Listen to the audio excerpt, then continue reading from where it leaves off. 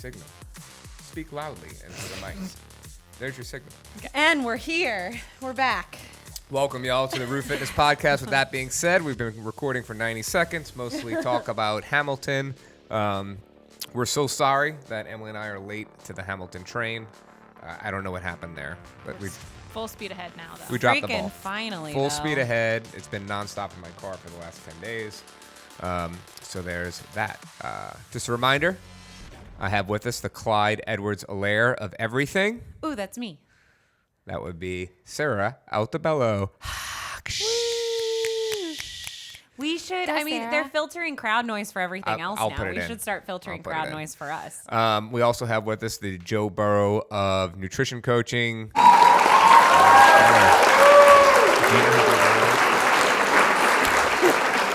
We had Joe Lombardi on our Man Dad's podcast last night. And On our man dad. Wait, I forgot to tell you this. You would be so happy. Last night on the podcast, I mentioned that you didn't know who Clyde Edwards-Helaire was, and he goes, "Who's that?"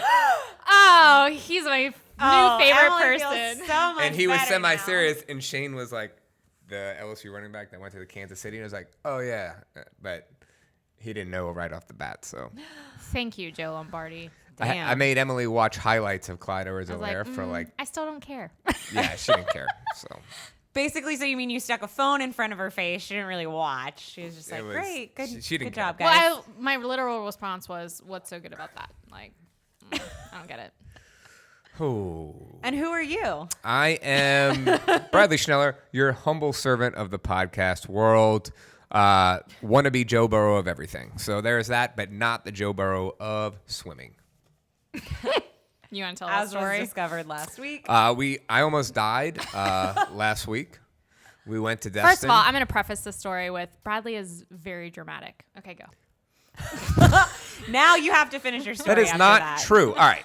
So we decided to go swimming to the sandbar, okay? And where we were on the beach, the sandbar was like diagonally, okay? So directly ahead from us, it was further than left of us, all right? And we decided to go out at high tide. Well, I thought it would be a good idea to wear my full face snorkel mask out there. All right? Jamie took an awesome picture of you, by the way. You look really cool. Ooh, let me ask. All right. So that right now. she had goggles on. My initial inclination was to use goggles, but I decided to go full face. I'm like, I'll keep my head in the water and I'll look at all the pretty fish as we go by. There was no fish. Okay. So the goal was we get out to the sandbar. I'll rest a little bit, take my mask off, do some normal breathing, put it back on and go back in. Except 15 minutes later, when we arrived at the sandbar, that's how long it took to get out there because it was pretty far. Okay, that's probably about 600 to 800 meters out. That might be an exaggeration, but it was pretty far. Emily, you don't know. I You don't haven't even go said a out word. there. You don't go past your knees because don't you don't like want to get this your pretty makeup and hair wet, okay? My eyebrows are not real. No one can hear you when you say it like that. That was intentional. So we get out there and we can't touch. Is it hot in here? Yes. It's warmer than usual. Can you go turn Yep. the AC down, please? Thank you. We get out there, and I cannot touch the ground. So there's that. So I can't take my mask off and breathe normally. Well, what happens is with the mask, although you can breathe with your head underwater for sustained periods of time, it's still restricted breathing. So as I exert more energy and I have to start breathing heavier, I cannot cycle additional air. Okay. So I was having a hard time breathing. We decided to swim back. I start swimming back, and I start to freak out because of my breathing. And then the mask starts suctioning, and it's like, and I'm like, what is that? And I'm start freaking out. And so I take my face out of the water, and I look up, and Heidi, who's standing, is about 200 meters away. Maybe 100. I don't know. But I'm like, at that moment, like, I was tired. Heidi's tall, though, so. She is tall. So not supermodel tall. She's model tall, though. She's model tall, She but was a not model. supermodel tall. Okay, We anyway. had a whole conversation about that. Huh, you learn So- something new every day. Yeah, apparently you have to be over 5'11" to be supermodel tall. How tall is Heidi? 5'10"? No, we determined I'm taller than her. So Oh. she's not even 5'9". So that's why she could reach the sandbar and you couldn't? Continue.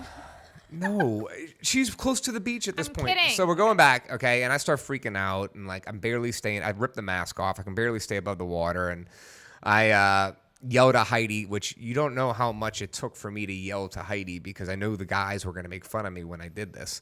But I yelled, Heidi, and she looked at me like, "What do you want me to do?" 'Cause she's got the kids, and she's so far away.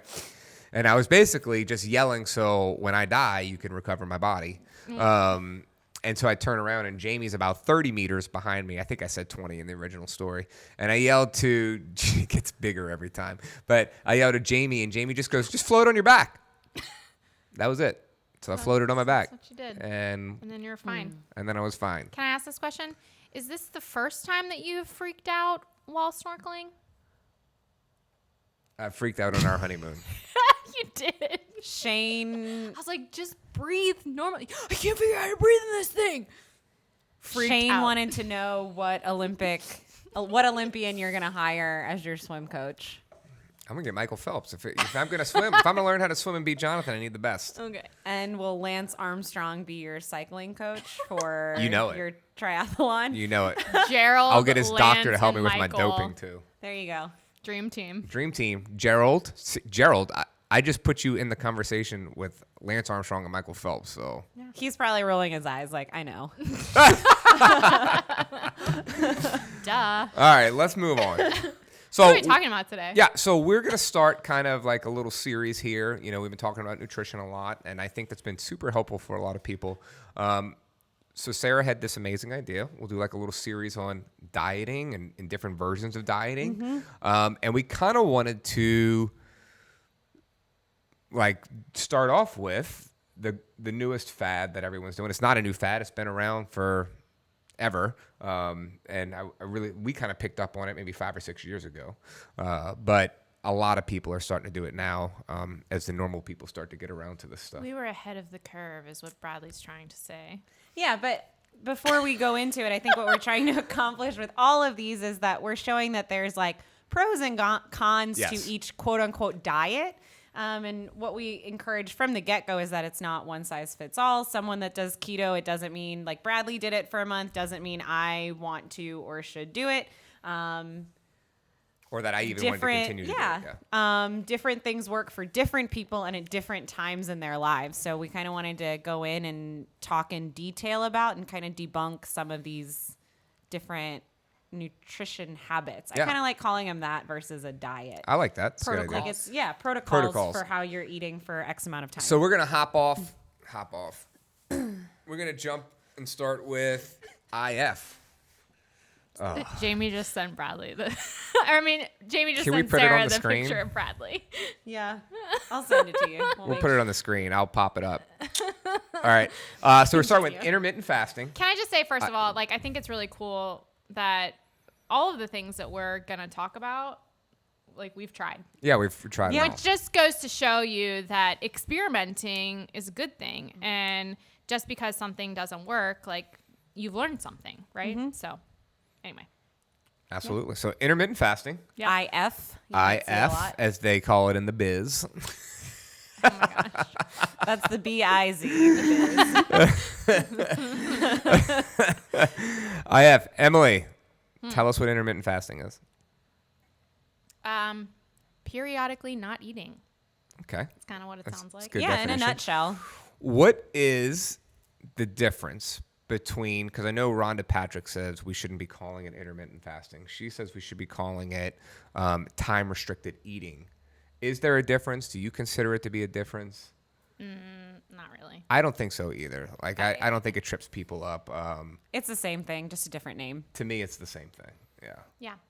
So, yeah, thinking back to, like, me growing up and what the food and nutrition world was like back then, I remember hearing all the time the advice that you should definitely eat every 3 hours if you wanted to lose weight, like smaller meals, but more Breakfast frequently. is the most important meal of the Breakfast day. is the most important meal of the day. And this is kind People of, still say that. yeah. And this is kind of turning. Like, yeah, it's fact. Duh. Yeah. And that's kind of the only way you can lose weight, is if you incorporate those habits. Eat breakfast to kick off your metabolism. Stay full. To break the fast. That's literally where breakfast comes from, breaking the fast from sleeping. And eating more frequently. But that's not the only way. It is a way. Like, I'm not saying that that doesn't work for anybody. I think if you have like irritable bowel syndrome or if you have like acid reflux, then smaller meals are going to be better for you. But yeah. Before we jump into this entire thing, let's break down what an intermittent fasting or time restricted eating protocol would look like. Is that a question? Yeah. I mean, it can, It's not a question. there are various different approaches. You can skip meals. So usually the way people do that is they just don't eat breakfast. So they're extending the fast that they're experiencing as they sleep. Yeah, and that's something we don't realize. We're fasting every day. You Right. fast while you sleep, and chances are you don't eat right before you go to bed either. Unless you're a Most of us. bodybuilder and you're waking up at 2 a.m. to eat some protein and carbs. Another way to think about it is doing like eating every other day. So alternate day fasting, one day of eating, the next day not eating, Hell no. then eating the next day, then not. You can do a more extended, like 36-hour fast. You can do a 24-hour fast once a week. Like there's lots of different ways to approach it. And for those of you who might think that's crazy, a 24-hour fast once a week, it's pretty simple. You eat dinner on Saturday night, and then you just don't eat dinner. You don't eat again until dinner on Sunday. It's Right. not that crazy. I bet you can look back at multiple times in your life where you've been That's happened, either yeah. overwhelmed with something in life or super busy at work or with family stuff. Maybe like when you're moving homes or some big event like that. Chances are you have your coffee in the morning and then you probably Right. didn't eat again until dinner. So we've done that. And to break it down in its simplest terms, you are basically restricting all of your calories to a window of time. Okay, and there's various times that would be a successful protocol for most people. 6 hours, 8 hours, somewhere up in there. If you extend it out past 8 hours, it doesn't really. You don't get the full benefits of the fast as much. I would say the most common fast I hear is like 8 p.m. to noon the next day. I feel like is the most Yeah. common. So you're fasting for about 16 hours. You have an 8-hour window to eat.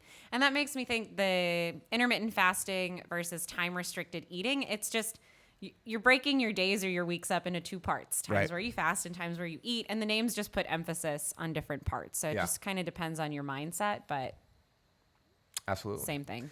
Emily, what are some benefits to intermittent fasting?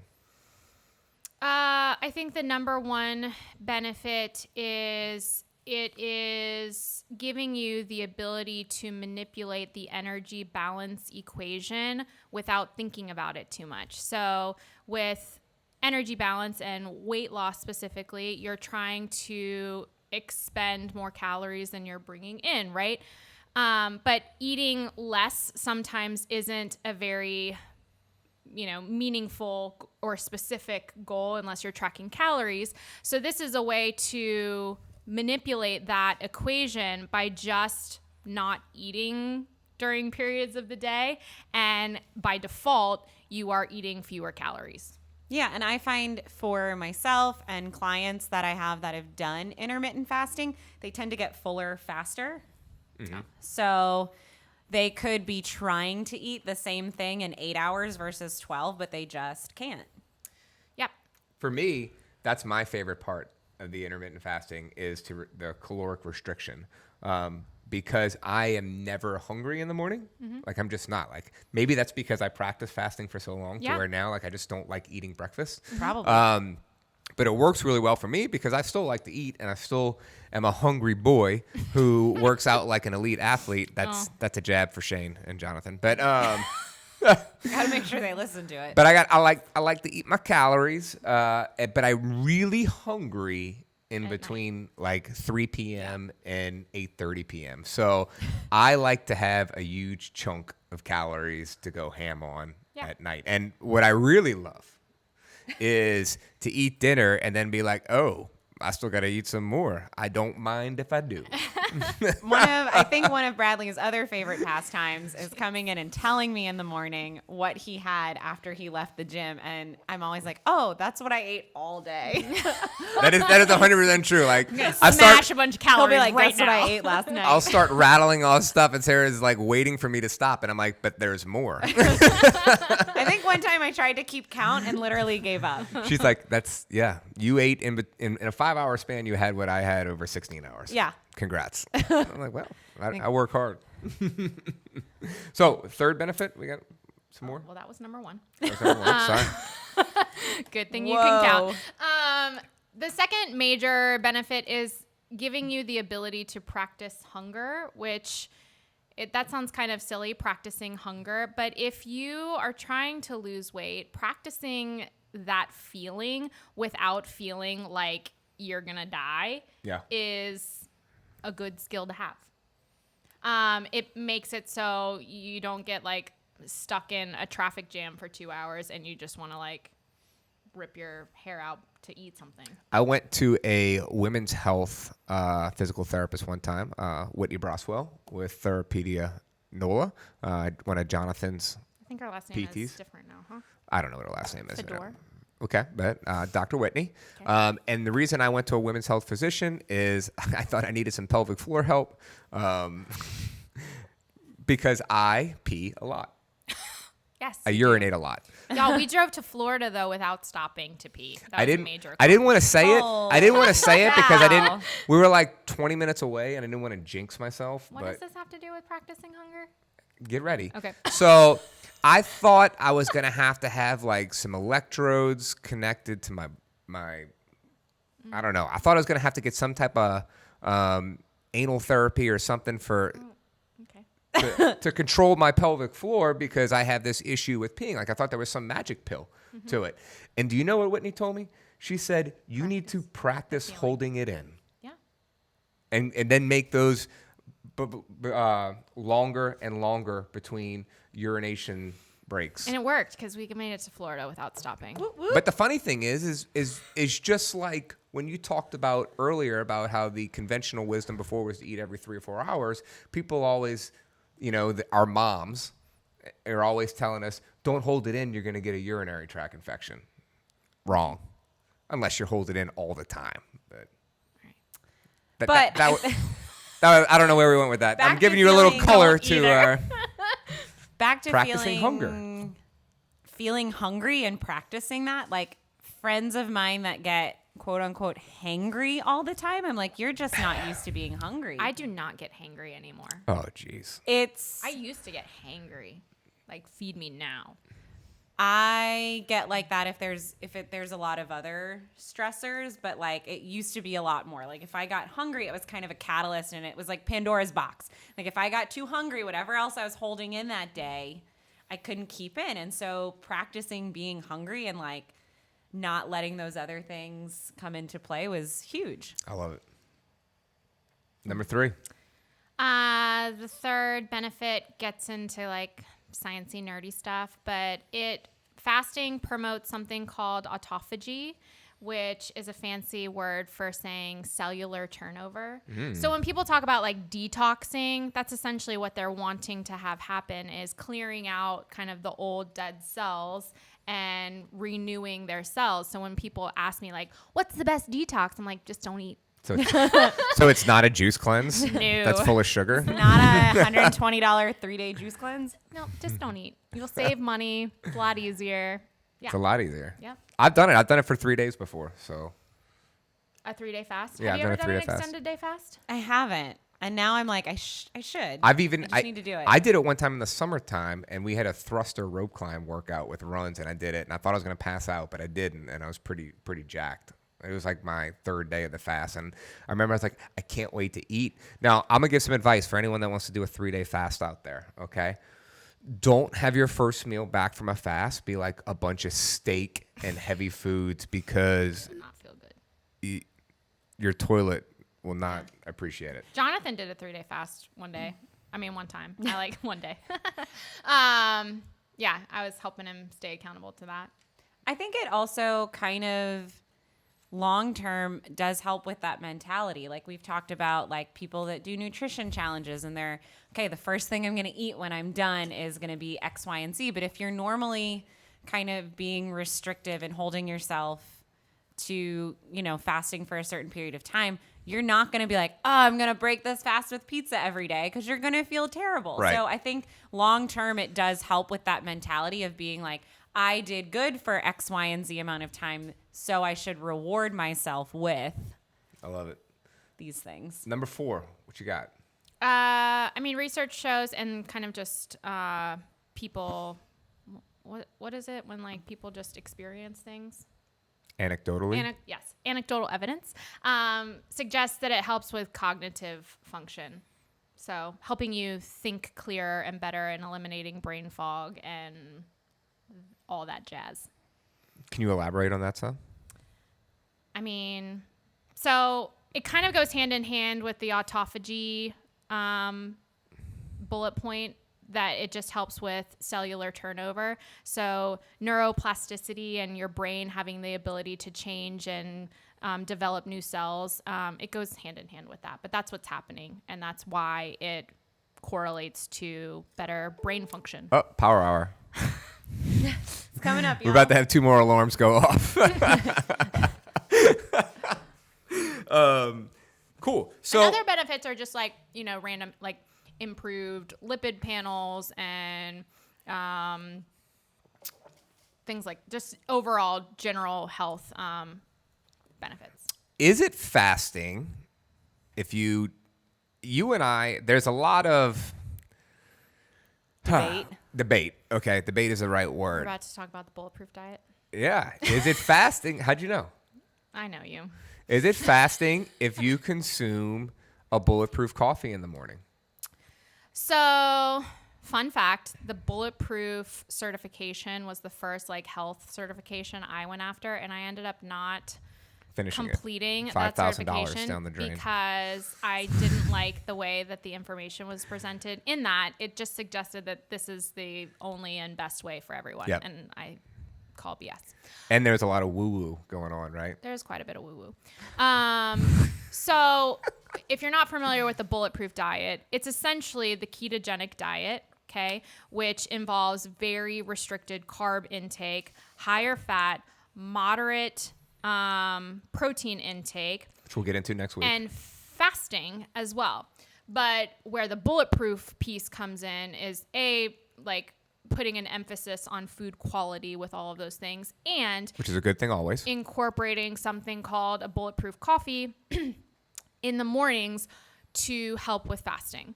So the idea is you are drinking coffee with a little bit of unsalted butter and MCT oil. And the idea is that fat does not convert to glucose in the body. So essentially, you're getting the benefits of fasting while consuming calories. And there's a whole bunch of benefits with MCT oil and brain function. So that's the thought behind, if you consume fat in the morning, you're still getting the benefits of fasting without kind of feeling hangry because you are still consuming calories. Did I explain that? Yeah. What are your thoughts? To me, you are no longer fasting if you consume calories. Yeah, so there's two frames of thought there. I don't think that the Bulletproof way is suggesting that you are still fasting. They're saying that you're still getting the benefits from fasting because of what fat does in the body. Okay, I see that. So you're still getting the autophagy effects, and But that would be the like cognitive the function. only two, because Yeah. you are not a Bulletproof You're coffee. still controlling energy balance. Y'all is like 300 or 400 calories. Yeah, but A you're still single one. controlling energy balance because you're only consuming like less than 30 grams of carbs, and so. My favorite is when people love the taste of a Bulletproof coffee, so they'll drink a Bulletproof coffee And eat. and breakfast. And I'm like, Yeah. oh, congratulations. Most of your calories for the day are gone Right. by 8 a.m.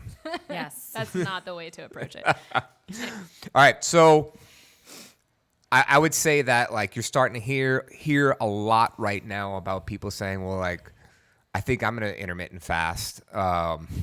if you're going to do that, please seek out or at least do enough research before you decide to do that. Because just don't randomly decide one day, I'm going to do this. Okay. I mean, you could. You could, but also know exactly what the fast should be by listening to this podcast, subscribing and sharing it. But Giving us a 5-star review. and giving us a 5-star review. Only kind words, please. Thank you. But who should fast? Who shouldn't? Because not everyone should. There is some trickiness with females, right? Specifically, like it's more. Well, number one, I think that it is important to have a plan and to get real with yourself in terms of your relationship with food. I think you can get into some sticky situations if you have had a history of eating disorders or disordered eating, and you start intermittent fasting as a way to control your energy balance, or you notice yourself like punishing yourself after eating a lot. And so it's fine, I'll just fast the next day. That is not the way to do it right. Yeah, it needs to be well thought out. It's not, I normally eat breakfast, but I had this extravagant meal last night, so I'm going to punish myself with a fast for the next 3 days. No, but that's not how you do it. That's not how you do it. Right. And I've had talks with clients about that. Like, that's not what intermittent fasting is. It's not a punishment. It is not like, oh, I can blow it up today and correct everything by not eating tomorrow. You have to get real with yourself and make sure that you have a healthy relationship with food in order to even attempt this. Are there any people with specific medical things that should not be doing intermittent fasting, or certain body types or something like that to where, no? I mean, first of all, big picture, everybody intermittent fasts. It's called sleeping. Yeah. Talked about that earlier. Intermittent fasting has been around for centuries. Pretty much every religious practice there is has some sort of fast component to it. So no, I don't think that any like body type or whatever needs to stay away from it. I think the biggest thing is if you have an unhealthy relationship with food, it's probably not the strategy for you. Cool. Yeah, and even like, it's interesting. We're all in a place where all three of us are counting macros right now. Yeah, Sarah, are you intermittent fasting right now? No. Me neither. So Only me. Whereas Bradley loves to eat a ton of calories at night, I don't get that way. Like once I kind of settle in, I'm full after dinner. I like have a little bit of yogurt. It curbs my sweet tooth, but that's it. Like I'm full. I'm done eating. I can't eat until like Not 9 this o'clock lady. at night. What? Not this lady. What am I not? You hungry? Yeah, I eat a lot of food. I mean, I eat a lot, but by the end of the day, I'm just kind of done. And when I did nutrition coaching with Emily, I was fasting, and she gave me a protein goal to start. And I was like, I am miserable trying to get this much protein without eating breakfast. So suddenly I was forced to eat a lot more in that window, in that 8-hour window, and I didn't like it. So by adding breakfast Sarah, eat breakfast. And you're like, oh. I was like, that's one way to do it. But like, I loved fasting, and I still kind of, like when I'm on vacation, I'll fall into it because I did it for like 2.5 or 3 years. And same. On like Saturday, I come and do the workout fasted. I probably don't eat until 11 or 12. But for me, my goals changed. And so fasting was no longer something easy. It made eating work. Right. I like it. So speaking of that, Sarah said she comes in on Saturdays and does the workout fasted. I myself, on Saturdays and Sundays, workout fasted. What are your thoughts of fasting in terms of exercise? Should people be, if you're exercising in the morning, I guess that's personal, right? Yeah, it completely depends on you, how you feel, what your goals are, what the workout is. Like, I also think let's preface this by saying Sarah and I work out fasted, and you do as well sometimes, but we've also had like years of practicing this. So it doesn't mean like you should show up to some crazy workout we're going to do on a Saturday and try to power through it without eating. Like it takes a little bit of time to build up and get used to it. Right. And even, I mean, everything is super connected. And even someone that Monday through Friday wakes up to work out at 5:30 a.m. and I bet most of those people do it fasted. Right. Maybe like a spoonful, like a banana or something out the door. But I would think most of them do it fasted. I would imagine, I never did it regularly, but then coming on a Saturday and working out at 10, like I probably am not going to do it fasted because I'm used to eating by that point in the Right. day. Like it's probably a lot harder to hold off and not eat until after the workout then. There's that one Saturday I did track practice in the morning. Then I did some crazy Saturday workout. I can't remember what it was. And then I went and did fire flow with Yeah. everybody, which was hot yoga. And that was all It was all fasted. And I asked you the day before. I was like, "Hey, what are you Would doing?" not recommend. I was like, "When are you doing this workout?" I like, I'll take class with you. And you told me what you were doing, and I was like, "Oh, never mind. And you were like, "No, I'll do it with you." I was like, "Okay, your funeral." I considered it a challenge. I loved it. No, it was fun. It was fun trying not to pass out. Okay. Your idea of fun is different than mine. Yeah. But I will say this. If you want to get in the habit of that and you have a hard workout coming, this may be a moment where you want to supplement. Sarah and I both take essential amino acids, like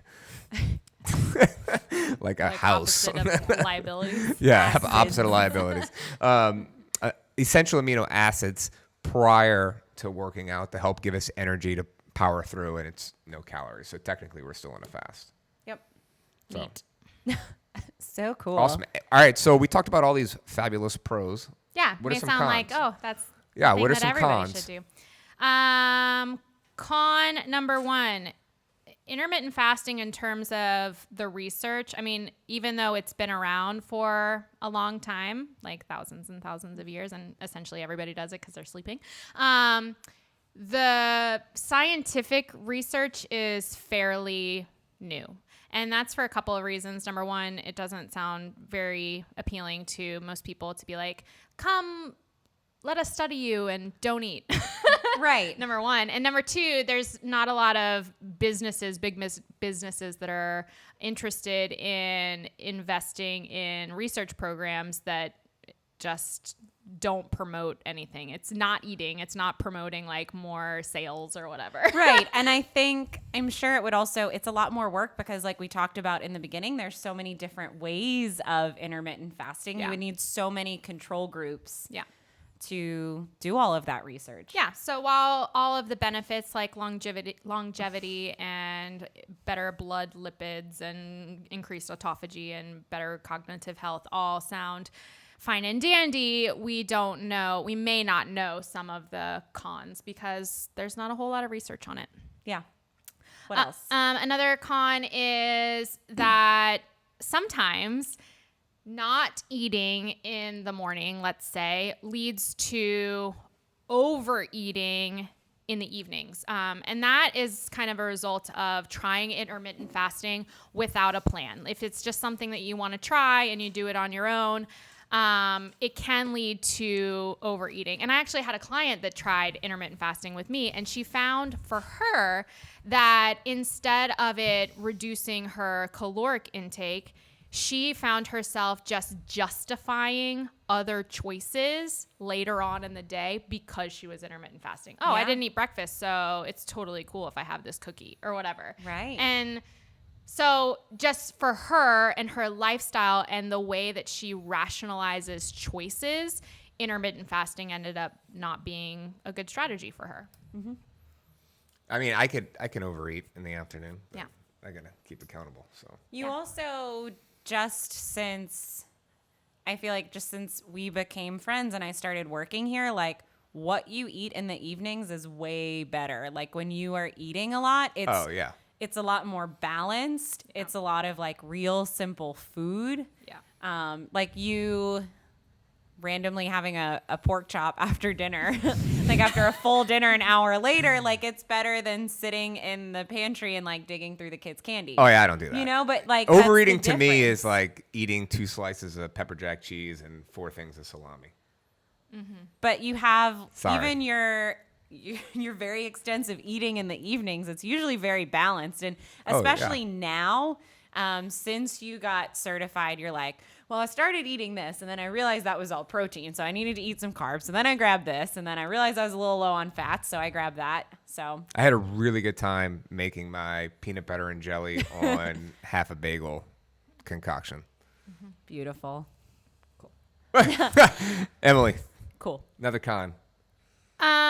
Intermittent fasting is a stressor on your body. And not to say that stress is bad, because exercise is also a stressor, but it becomes problematic in terms of your hormonal health and just general health if you're piling it on top of other stress. So if you are working out very intensely, if you did not sleep well the night before, if you have a major project due at work, and suddenly like all of these stressors are piling on top of each other, intermittent fasting, in addition to all of those stressors, is probably not going to be beneficial.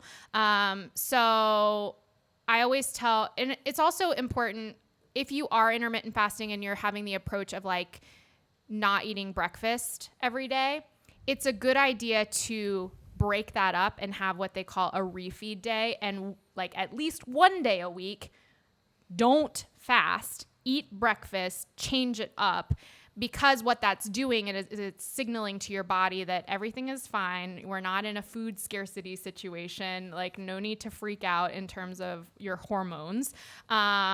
And that can help. But you just be aware of the other stressors going on in your life if intermittent fasting is something that you want to try. What's your favorite thing? Well, you eat breakfast every day, but Emily normally doesn't. Now I do. Now you do. But what was your favorite refeed breakfast before? Those biscuits from Whole Foods. The world's greatest biscuits. Mine was the biscuit sandwich from District. Sarah, yours? Oh, I mean, yeah, if I'm like getting food, it's the district biscuit. But every Sunday We like do biscuits. like a full breakfast. And so Sundays used to be the day where I just had breakfast. And it's always a Dave's That's Killer typically Bagel, the day that I have breakfast. bacon, eggs, and fruit. No, and it doesn't matter if I'm working out or not. Like, I'll still eat breakfast on Sunday, so it really doesn't matter. Yeah. Awesome. The other thing that I'll say is a con, like, restricting calories for an extended period of time does have the effect of, unfavorable metabolic functions. So you can impact your metabolism in an unfavorable way. And this is unrelated to intermittent fasting. It's just calorie restriction in general.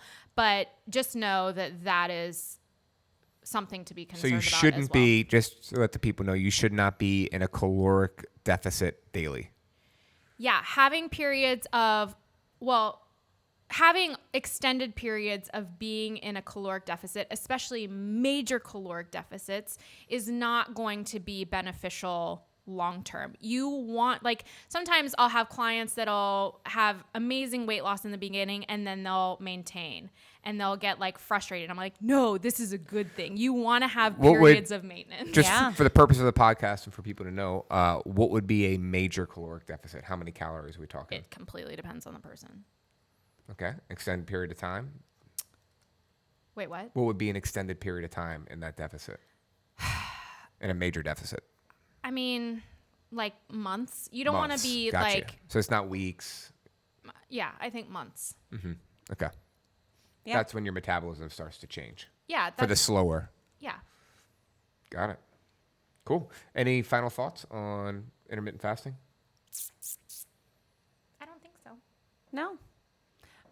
Maybe like if you're interested, kind of ways to start. Number one, you don't have to like go all in. You can just experiment with what happens if you skip breakfast, and then you can eat breakfast the next day and skip breakfast the next day. Like, you don't have to like say, oh, I'm trying this now, and go all in. Like, you can ease into it for sure. Yeah, I have one of my clients has seen some success, and she like 1 to 2 days a week. She doesn't, usually on Sundays, same thing. She will kind of refeed. But I told her, I mean, for the most part, she's fallen into that pattern. She finishes dinner and then doesn't eat until, lunch the next day. But occasionally she does have a day where she's super hungry. So I tell her, just eat. Yeah. Have a little water, sit with it for a few minutes. If you're still super hungry, just eat. Yeah. It's okay Yeah. to have days like that. Absolutely. All right, y'all. If you're interested in nutrition coaching, what do people need to do? Go to rue.fitness under the nutrition menu, hit individual coaching, and then set up a 20-minute free call to talk to me and set you up with a coach. I'll say this. It is the most important thing you can do in your life is, Maybe for your health. in terms of your health and wellness, is get your nutrition right. So if you feel like it's off, reach out for help. Also, make sure to leave us a 5-star review. Yeah. Only. Say some nice, kind words underneath. It helps with our algorithm. And also give it a share. So we appreciate it. We love you guys. Hope you keep listening to all of our good content. So peace. Bye. Bye.